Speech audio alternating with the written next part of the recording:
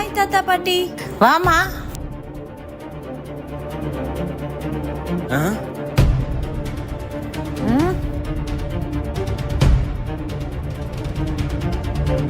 திமிரு பிடிச்சவ.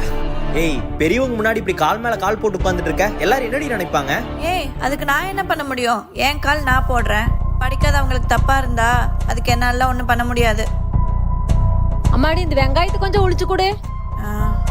அம்மாடி கேக்குதா? இவ என்ன மனுஷங்கள மனுஷனாவே மதிக்க மாட்டேங்கிறா? Yes sir, I will finish the project today. அம்மா உனக்கு என்ன சமைக்கிறது இன்னைக்கு?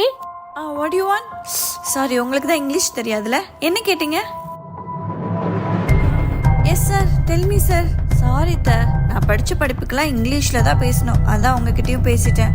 ஓ, உங்க காலத்துல இங்கிலீஷ் கத்து கொடுத்துருக்க மாட்டாங்கல்ல, அதனால தான் நீங்க இங்கிலீஷ் கத்துக்கல. நாங்க உங்க மாதிரி இங்கிலீஷ் எல்லாம் கத்துக்கலாமா, ஆனா ஒழுக்கத்தை கத்துருக்குறோம்.